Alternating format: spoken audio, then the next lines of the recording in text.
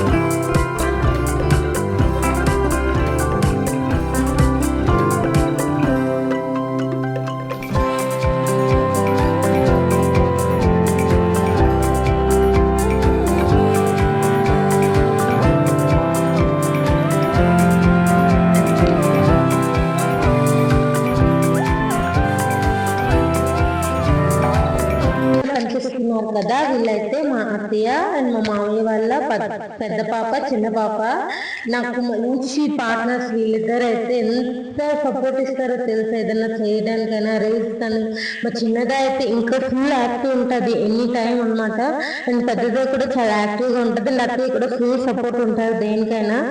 So finally స్నానాలు అవన్నీ చేసేసరికి 1 hour అయితే అయిపోయింది. టైమే అసలు తెలియలేదు. అదే బయట మనం ఉన్నామనుకో ఎంతసేపు అసలు టైం ఎలా అయిందో అని ఆలోచిస్తాము కదా. అండ్ యాక్చువల్లీ మా పక్కన అమ్మ కూడా వచ్చింది, కానీ వీడియోకి అయితే రాలేదు.